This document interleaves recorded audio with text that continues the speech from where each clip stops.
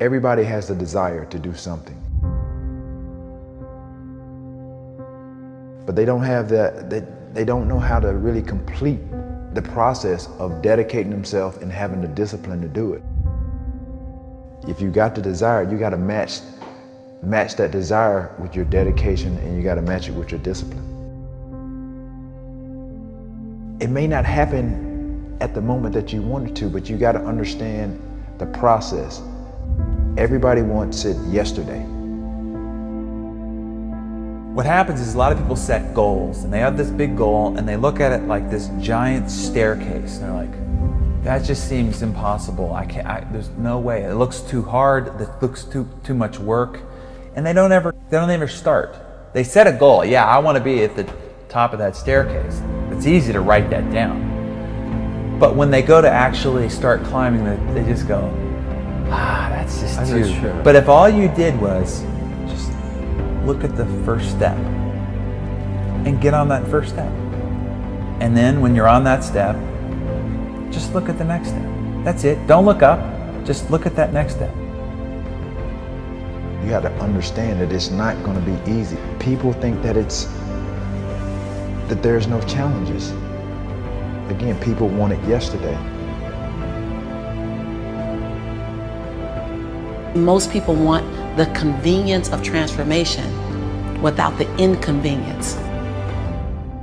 What we do is we kind of check out because it feels overwhelming, or we check out because we're afraid, or we check out because we start listening to self-doubt, and then we make these teeny tiny decisions all day long. We don't even realize it. A decision to not get up on time, a decision to not eat the right thing, a decision to snap at your kids, a decision to not speak in a meeting, a decision to not look for a job, like whatever it is. All day long, these tiny decisions that take you so far off track. And then you wake up and you look at your life and you think, how the hell did I get here? The reason why a lot of people won't become who they want is because they're too attached to who they've been. And you hear it all the time when people say, I've always been this way. Okay, well, if that's working for you, keep doing that. Every single person who has ever done anything worthwhile or exceptional or difficult or extraordinary, anyone, whether it's great artists or authors or mathematicians or whatever it is, everyone encounters difficulties. There is no easy road. It does not exist. It is impossible. Everyone has issues.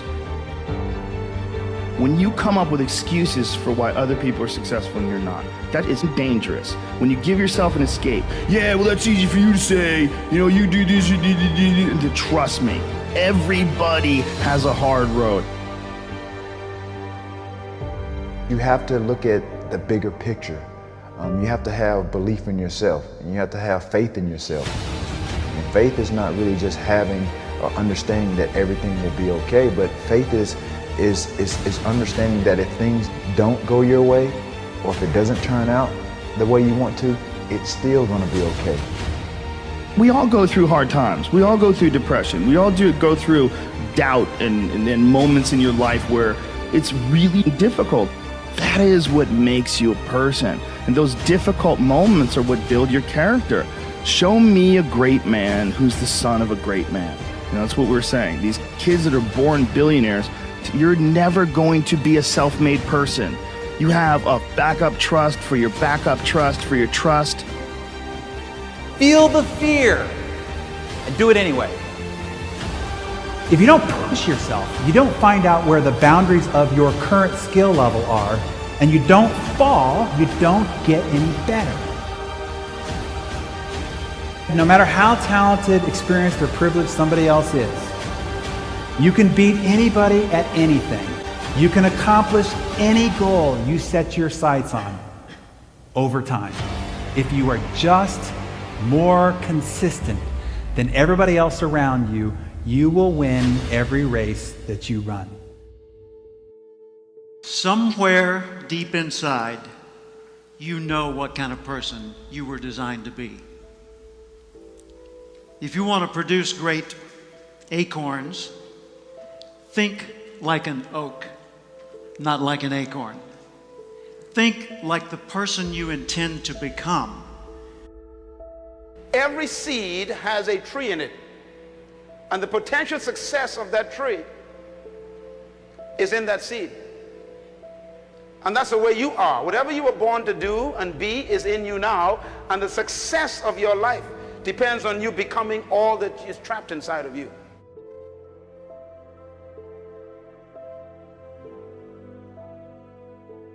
What kind of seed is in you? I believe part of our responsibility in life is to find out who we are. You were not born just to make a living and keep a job and pay bills and then die. You were not born just to retire and get some pension and then fade away and we put you in a plot somewhere. You and I were born with the gift to make this a better place. Our circumstances and situations did not lend itself to us being successful. Many of us were not raised in an ideal circumstance that prepared us for where we really wanted to go. And even though we love the idea of being progressive or prospering or intelligent or spiritual, the reality is we were not aligned in the direction that we needed to be aligned to go to where we're trying to go. Ask yourself, how would the person I'd like to be do the things I'm about to do? Success for the next year is going to be you making another step toward fulfilling your purpose in life while you were born, making another step.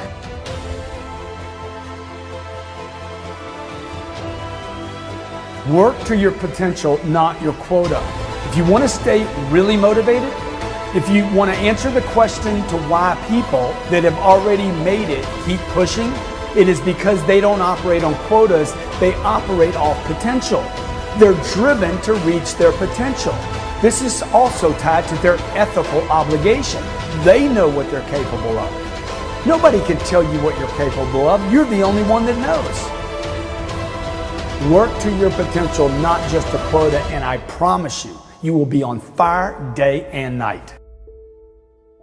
I never expected to be anything but ordinary. I was raised to be nice and ordinary. I expected I would grow up to be like Dad worked for the phone company. I figured I'd go to work for the phone company, maybe work in an office. I figured I'd work till 65. I'd have 1.34 kids. I'd retire at 65, and then I'd die at the statistical average age for my gene pool. That's what I expected. Until one day in 1972, on the radio in the next room to mine, I heard a voice that changed everything. I heard the voice of Earl Nightingale, known at the time as the Dean of Personal Motivation. He said, if you will spend 1 extra hour each day studying your chosen field, you'll be a national expert in that field in 5 years or less.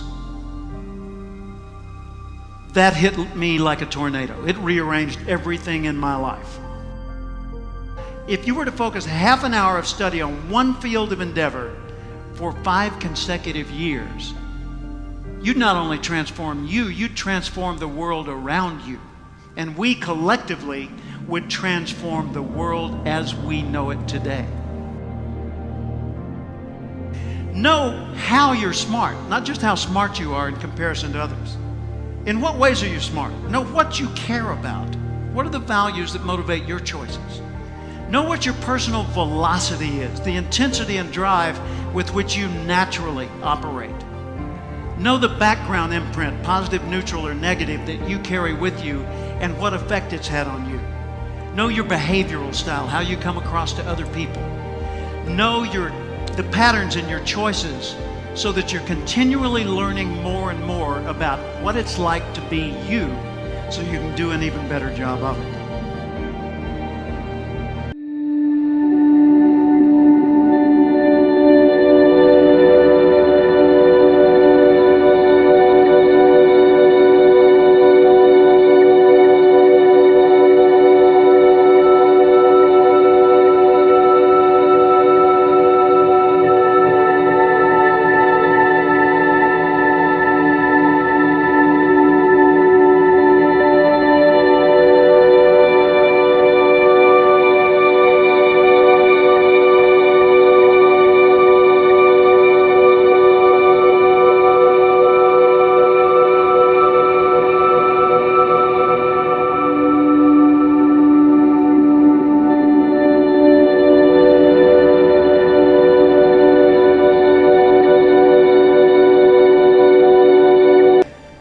How would the person I'd like to be do the things I'm about to do?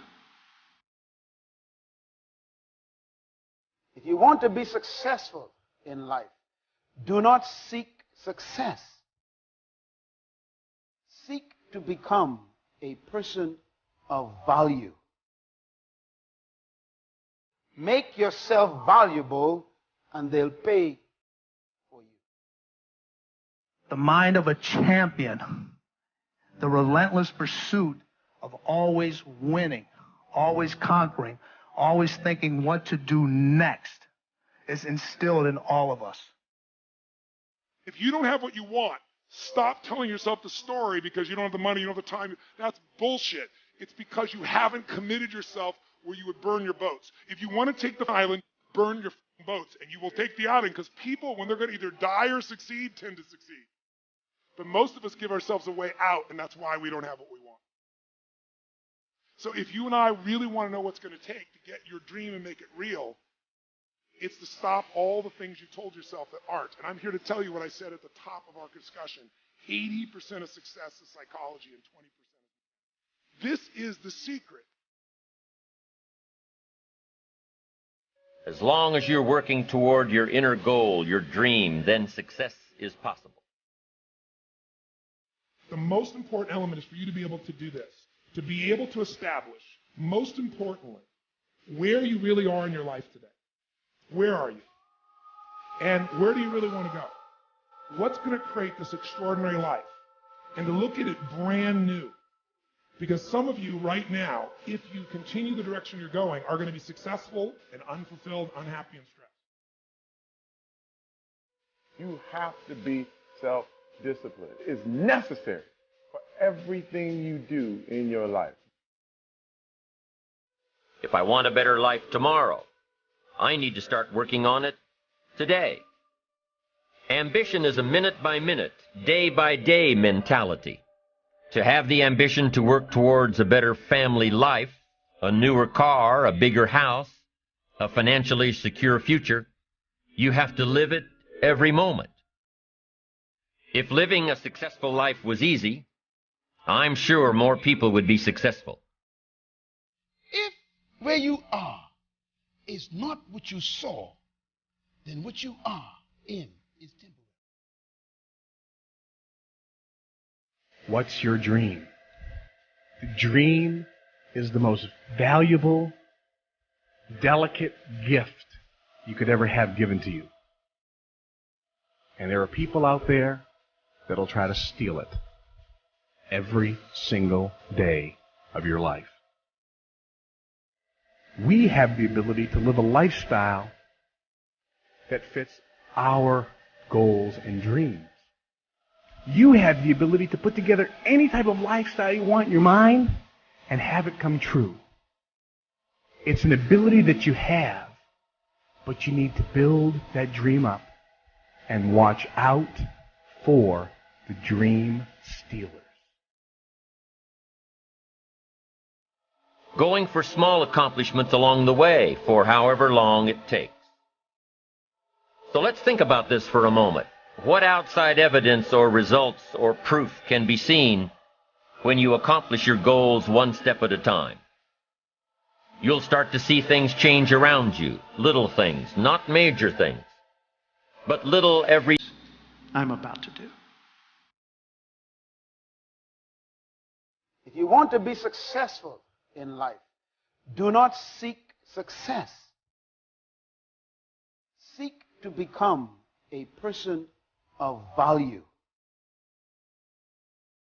Maybe you could start with the little change of going to bed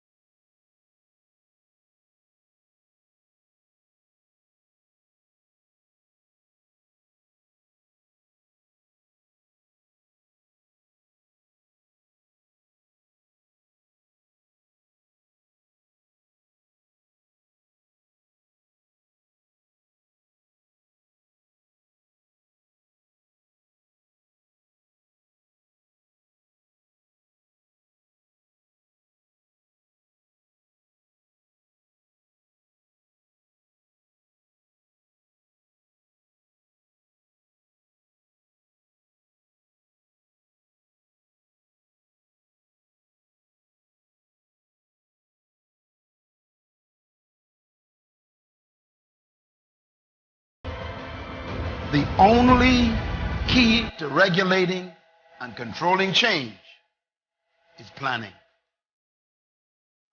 If you don't have a plan, you have no protection. A plan doesn't only tell you what you want to do. A plan tells you what you don't want to do. And so the key to success on your journey through this planet is to have a clear plan.